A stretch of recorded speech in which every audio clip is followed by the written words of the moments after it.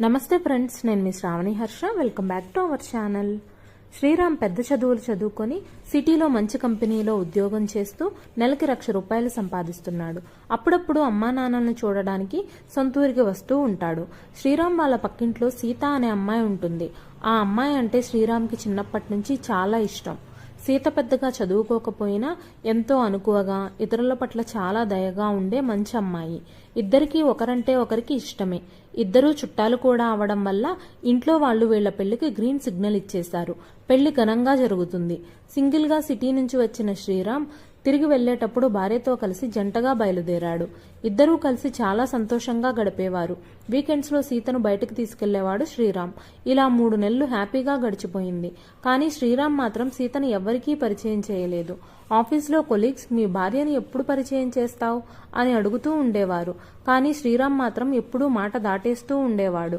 చదువులేని అమ్మాయిని పెళ్లి చేసుకున్నాడని ఎగతాళి చేస్తారేమో అన్న భయంతో సీతని ఆఫీస్ ఈవెంట్స్ కూడా తీసుకెళ్లేవాడు కాదు. తన ఫ్రెండ్స్కు పరిచయం చేయడానికి కూడా సిగ్గుపడేవాడు. ఒకరోజు ఆఫీస్కి శ్రీరామ్ వర్క్ చేసే ప్రాజెక్ట్ క్లయింట్స్ వస్తారు.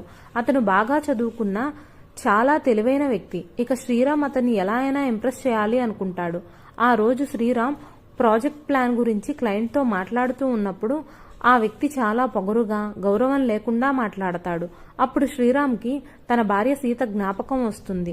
తను చదువులేకపోయినా కూడా ఇతరుల పట్ల ఎంతో గౌరవంగా ప్రవర్తిస్తుంది. ఇతను ఇంత చదువుకుని కూడా అగౌరవంగా ప్రవర్తిస్తున్నాడు అని సీత విషయంలో తాను ఆలోచిస్తున్నది తప్పు అని తెలుసుకుంటాడు.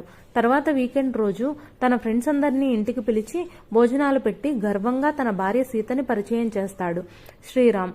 అప్పటి నుంచి ఆఫీస్లో జరిగే ఈవెంట్స్కి కూడా సీతని తీసుకుని వెళ్తాడు.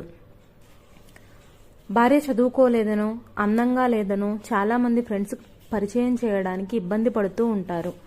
భార్యకు ఉండాల్సింది భర్త మీద ప్రేమ, చదువు, అందం కాదు.